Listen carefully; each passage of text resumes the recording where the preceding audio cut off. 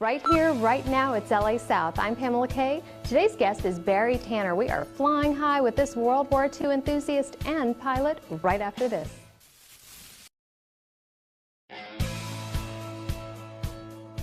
He's wearing a World War II uniform. He's got me wearing a World War II uniform.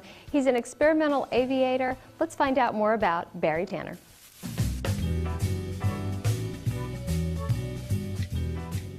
I'm with Barry Tanner. He is a World War II enthusiast and weekend fighter pilot. Well, thank you for coming over to see our stuff. What we have here is authentic planes, and some of them are experimental. We built them in our garages and we fly them. And start off, I'd like to tell you a little bit about our uniforms here. And what I'm wearing is a captain's uniform, Army Air Corps from the 40s.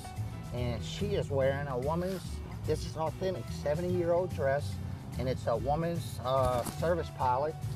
And the ladies during the war came in and they would deliver the fighters and the bombers all over the world for the actual pilots to go into war.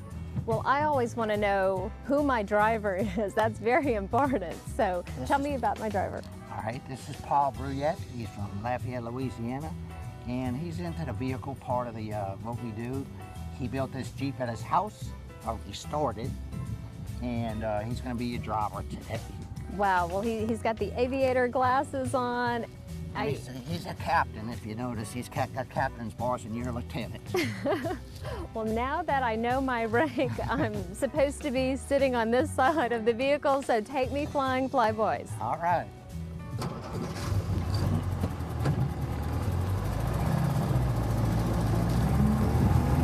Well, I think my lucky number just might be 19. Maybe it is, because this is a plane actually behind us that was doing World War II. Was an actual fighter that flew in Australia. And the guy who found the plane, it was beat up, it needed to be restored, but he brought it over here and we took it completely apart. I mean, every rivet that you can pull out of it, every piece of metal, we took it completely apart. We started new and went back with everything, and now it's flying. That is unbelievable. How much time does it take to really go into that if you're taking apart every rivet? Well, he actually was in it working on it for 12 years. But this plane during the war, in the beginning of the war, was our very finest fighter that we had. And we sent them all over the world. They were fighting in Italy, they were fighting in Germany, they was all over France.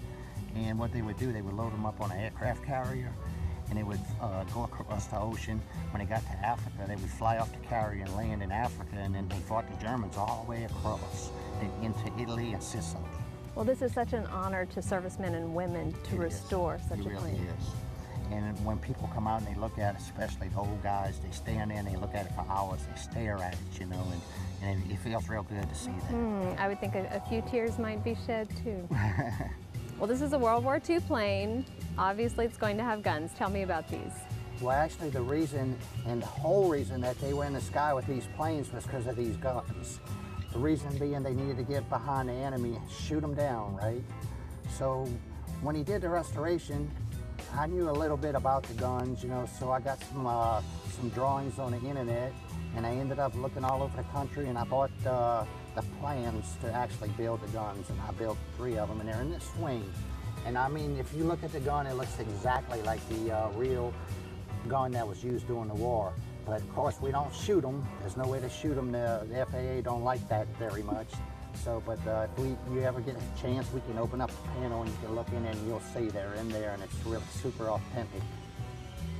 You know, Pamela, during the war in Lafayette, a lot of people don't know that this was a base in where they were training for the pilots to go off to war. And this is actually a real World War II hangar here that a lot of people don't even know is here. But there's a lot of history went on in there, and this is where we do our recreations. Wow, I've heard so much about Irma Ray, and I'm a little jealous, so you have to introduce me. Okay, Irma Ray here is an airplane that was used in World War II, and it's an observation airplane. And what they did with it is they flew over the lines, and it would say like in Germany or Italy, and they would sit spot where the Germans were or the Italians were, and they would call in artillery or other pilots to come in with the fighters and shoot at them or blow them up or whatever. Bombers too were also involved in that. But that's what that is, and Irma Ray is actually the builder's wife. Irma Ray was tough. She wasn't extremely feminine, at least as far as the plane would go. There you go. You can see they got shot a couple of times, but not too bad. Well, I am honored to be in the cockpit of your plane, and it fits so snugly. You mentioned it's like you're one with the plane off camera. Is that really what the intention is? Yes, Pam. I mean, you know, if you fly in a lot of maneuvers that are really abrupt, you want to be part of the plane. You don't want to be bouncing around in there. You wear a seat belt, and you also wear, you know, straps and a parachute, and in case you have a problem, you can bail out of it. You're sitting on a parachute, by the way. It's nice and cozy. I feel good with it now, sitting on it, but in the air, I would definitely be glad that it's here with me. Now tell me about all these controls. I'm obviously not a pilot, even though I'm pretending to be one today in this beautiful uniform, but what are all these gauges for? Yeah, I'm gonna give you a little flying lesson real quick here. And basically, a lot of people look at these panels, they look real complicated and they don't know where to even start at, but it's not that hard really. You have engine controls, of course, and that's what the RPM gauge right here is for. You need to know how fast your engine is going. You want to go fast, this is the throttle. Put your hand on that knob. If you want to go wide open fast, you push that all the way forward. Okay, push it. Okay, now you're going wide open fast. Now come all the way back. This is you coming in for a landing. You want to idle the engine and then just come down and land. Okay. Next gauge here is your speed, how fast you're going in the air. If you look at this thing, you'll see a yellow line here. This is where you start getting up to the top of your speed. You notice about 180 miles an hour, but the airplane will actually fly 200 miles an hour. This plane here will go 200 miles an hour. And the red line means don't never go over that speed, or you might rip off the wings. That's my reminder. Okay. This one here tells you if in the clouds. It tells you turn left and right. The blue is the sky, and the brown is the ground, right? So if the orange lines are like that, you're level, right? So when you're turning, you'll see the little airplane wings do this. If you're climbing, they'll go up. If you're diving, they'll go down. This is here tells you how high you are in the air. Right now we're sitting on the ground.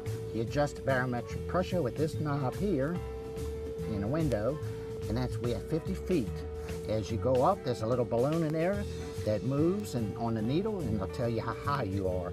And I can go probably 9,000, 10,000 feet in this. This is just an engine gauge, temperature gauge. This is more temperature gauges here.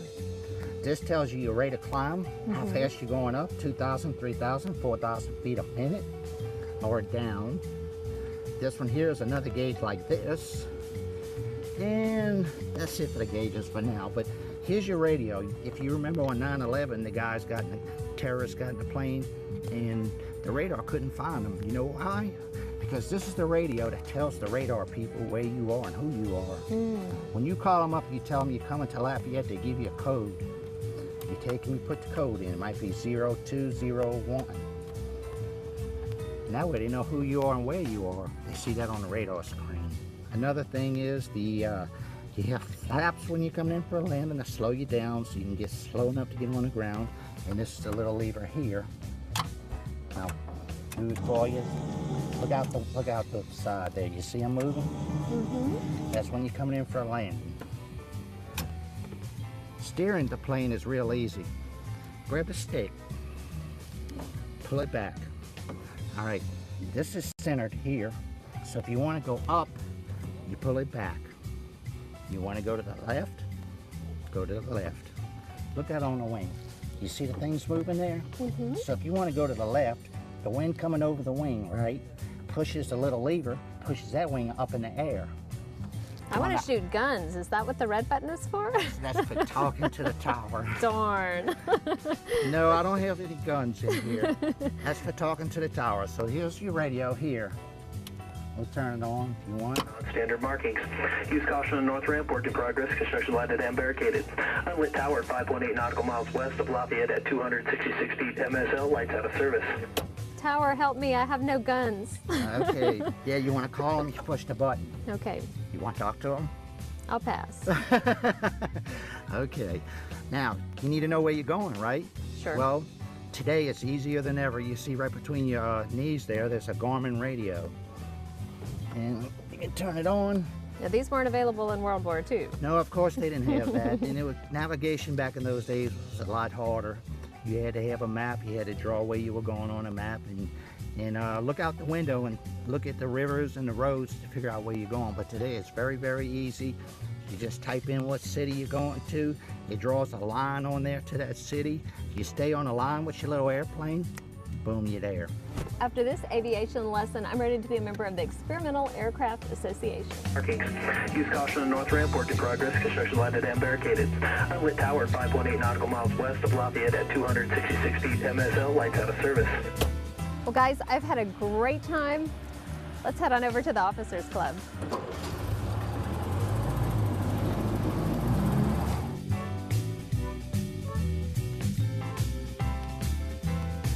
There's an extra special thanks out there for Barry Tanner for inviting us to spend the day with him, and we want to encourage you to visit the D-Day Museum in New Orleans and also make sure and show a special appreciation to all our servicemen and women.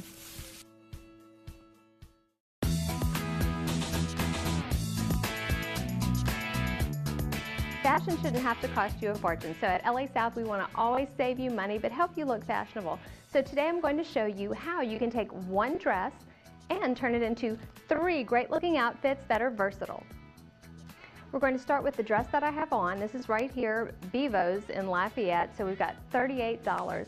And you'll notice kind of the bat wing style. This is something that's really versatile and cool. I'm going to just kind of untie this. Hopefully I won't lose my microphone. This is a style you can kind of pull, you can drape loosely if you kind of want to have a little more room and be more comfortable, or you can tie it a little bit tighter if you want to accentuate your waist. So I'm going to tie that a little bit tighter right now.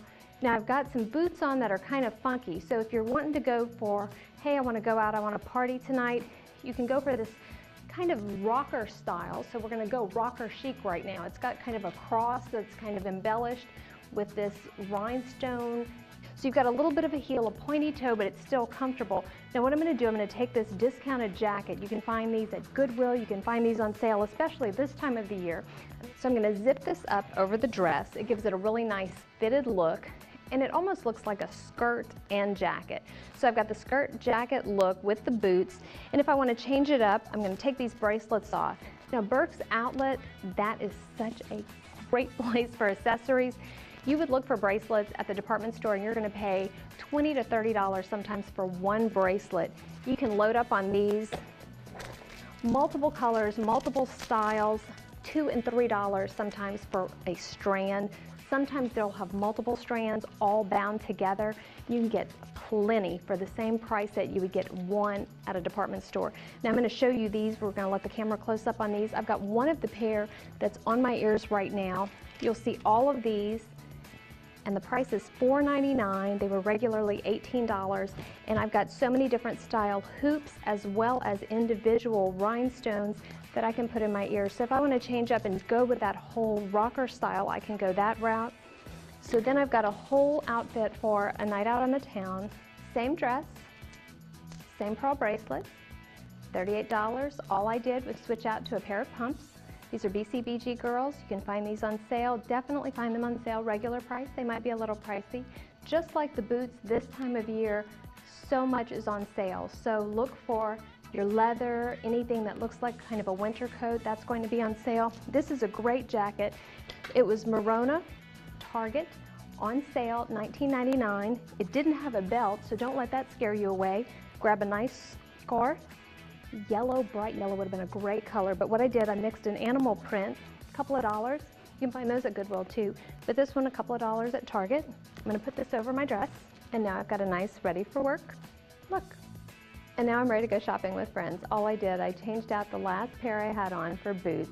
I've added some scarves, so you can take one $38 dress, change out your accessories inexpensively, and just mix and match things and have a whole new look without adding a lot of expense to your wardrobe.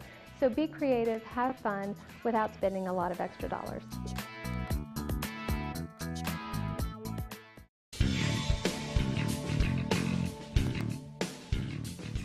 Hello, I'm Kyra Saber, President and CEO of the ChiCares Foundation.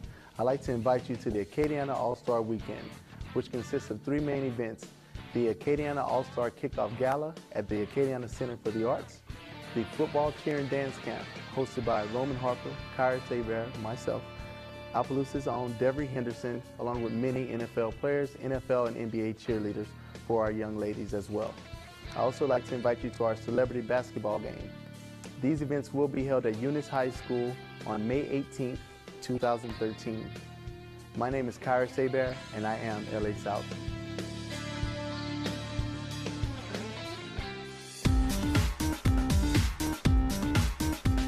Hey, it's TJ and Cody with your Mix 1071 entertainment news and celebrity gossip on a Monday, start of the week, fresh start.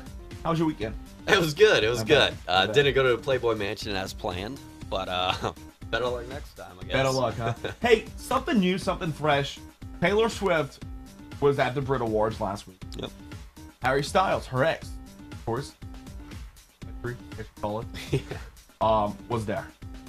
When you're in a relationship, you break up, it's fresh. You see your ex in public. What's the one thing you hope you don't do?